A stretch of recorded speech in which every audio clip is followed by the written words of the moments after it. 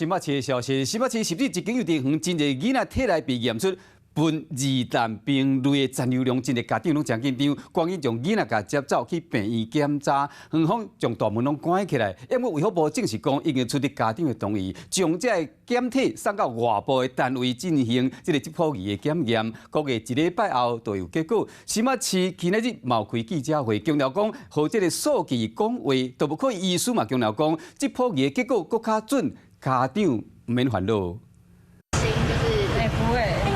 幼稚园的人食细里将大门关安安，甚至某面一间幼稚园囡仔去phòng檢驗出微量，讓人較好困的管制藥物苯二氮平 BDT， 不少家長正緊張，陸續將囡仔來接走。現在還沒有，因為他們還在用一些政策給我們那個家長，他們就用藥的方式什麼都要，他現在都要就我們家長要簽名什麼的。他們才敢用藥。目前會有要關閉的。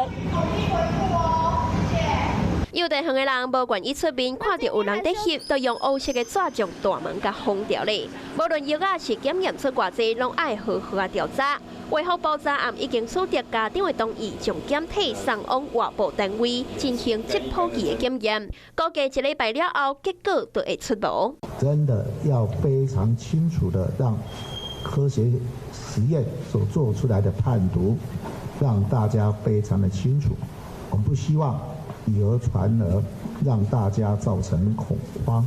那教育局這邊也在昨天也立即派員到該園去稽查，而且把相關的資料都做收集跟留存。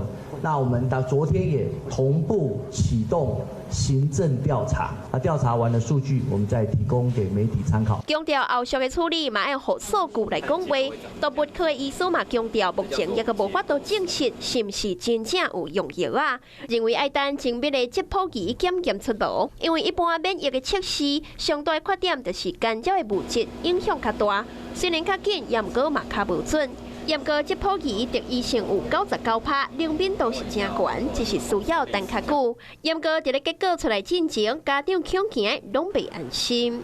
嗨，我是莊宇杰，想要看到更多的新聞內容嗎？趕快訂閱華視新聞的 YouTube 頻道，並且開啟小鈴鐺，跟着宇杰一起看新聞吧。